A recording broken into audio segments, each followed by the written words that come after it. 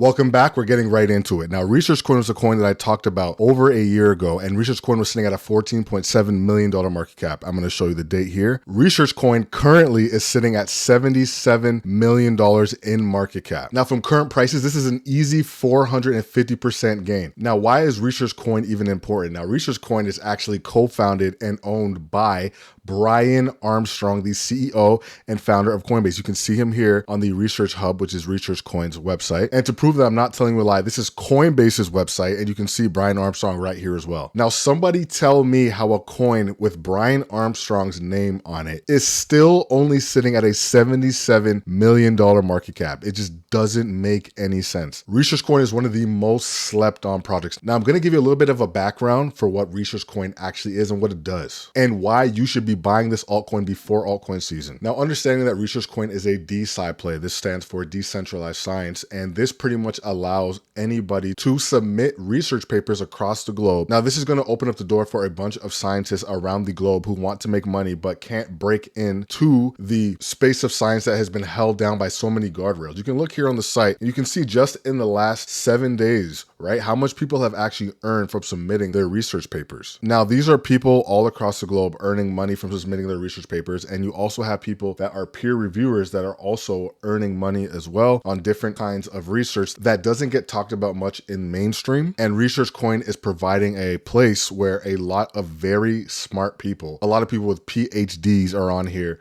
submitting different research papers and having it peer reviewed by scientists all across the globe, pretty much just accelerating the process of new ideas that are coming out in science and allowing us to move forward at a quicker pace on different developments and new findings within science. Now, it's important to get into a lot of these altcoins before the masses delve in. Now, altcoin season is usually the time when you want to start selling off some of your altcoins. So you want to make sure that you're buying altcoins like Research Coin before that. Now, when will altcoins rally is a major question that we have to answer. And we have to be able to predict this, obviously, so that we can benefit in terms of our crypto portfolios. Now, I'm going to show you a metric that I use that has predicted altcoin season in the past and how we will be able to predict altcoin season again. Now, this is a chart I pulled up called the US ISM Purchasing Managers Index, the PMI for short form, ISM, PMI, same thing.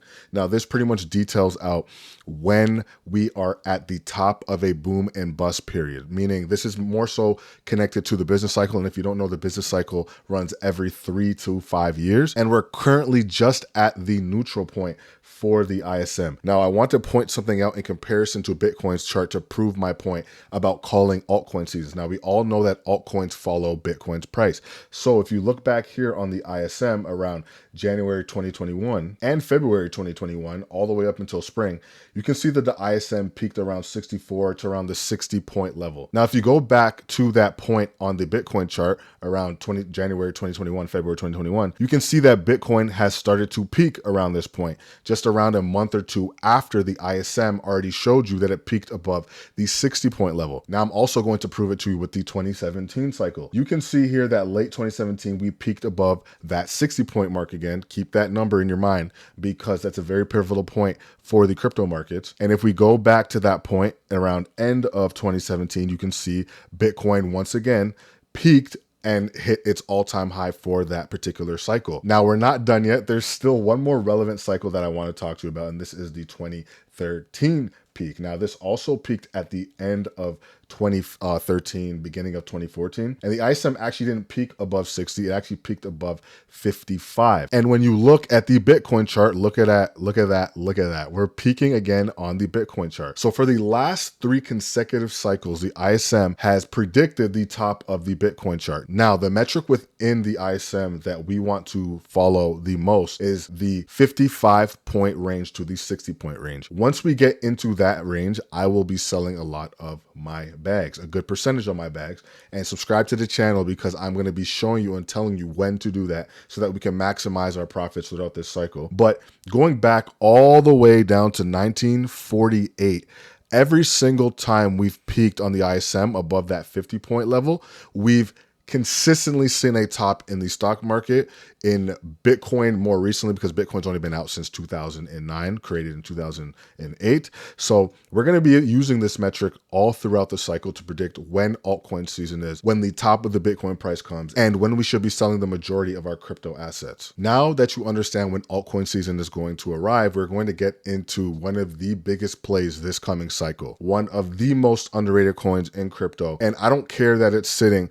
at a $3.3 billion market cap. That is irrelevant to me, because what this coin is offering and what this altcoin is set up to do is just staggering. And I'm going to prove it to you once again. Now, I want to take a second to talk about Ondo Finance. And if I could show you on my video that I posted around 7 months ago. So this was January 3rd, 2025. You can see that I have a 10% allocation into Ondo now. What we're going to do here, we're going to go on the Ondo chart and we're going to go back to that time period, because at the beginning of 2025, I can almost guarantee you that Ondo's price was a lot cheaper than it was now. So we're going to take a look at the chart and see where Ondo was at when we first talked about it. So January 3rd, Ondo was only sitting at a $2.3 billion market cap. Ondo is currently sitting at a $3.3 billion market cap. That's almost a 50% gain from when we talked about Ondo last, which was January 3rd, 2025. Now, when listening to my channel and buying the altcoins that I speak about, usually does pretty well for you. Now, we're not going to get them at these sorts of prices because this was over 6 months ago.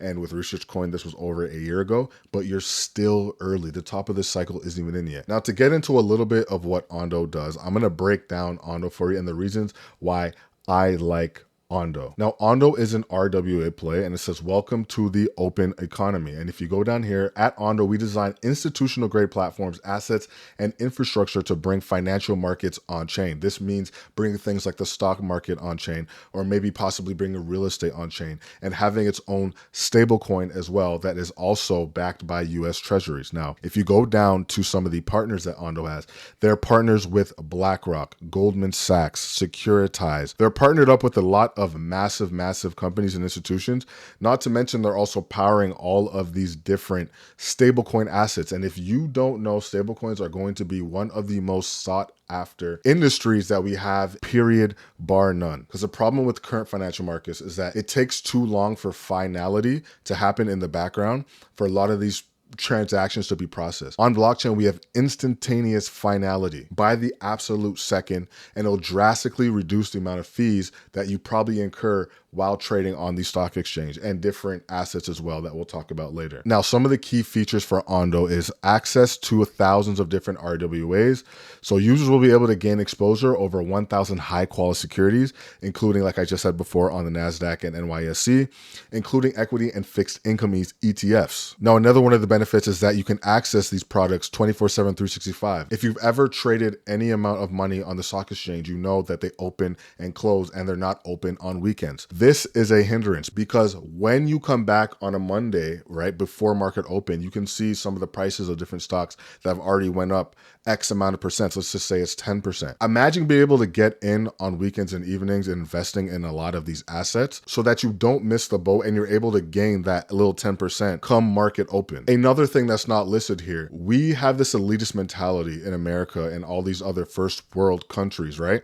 Where we have access to the NYC stock exchange, but everyone else around the globe doesn't have access to the same things that we have access to, right? There are 380 million Americans, but you have to understand that there are 7.6 billion other people on the planet that don't have access to the NYSE and the NASDAQ, and Ondo is going to be able to open up that market to all of those people. That is trillions and trillions of potential dollars that could flow into Ondo Finance and open the door for a lot of people that want to invest in America. Now, a little bit more on some of the assets that are in the Ondo ecosystem. I'm not going to go through every single one, but you can see here 1inch, massive DEX. You can have Aptos, massive chain, Arbitrum as well, Arculus, Axelar, right? You have BlackRock, like we talked about.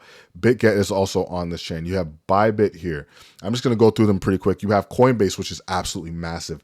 Chainlink, which is massive. That's another one of my picks that I talked about long time ago. CoinGecko as well. That's a site that we use pretty often on this channel. Ethereum. We're talking about FlowX that we've talked about before. Flux, Franklin Templeton, one of the largest asset managers that we have. Google Cloud Services. These are all assets that are on Ondo right now, right? That you can go on and trade. MasterCard that we didn't talk about. MetaMask. If you guys are not taking in the amount of money that is going to flow into a token like Ondo, you also have PayPal as well. Ondo has the most, and I mean the most amount of backing that I've personally seen of any other crypto asset. Okay.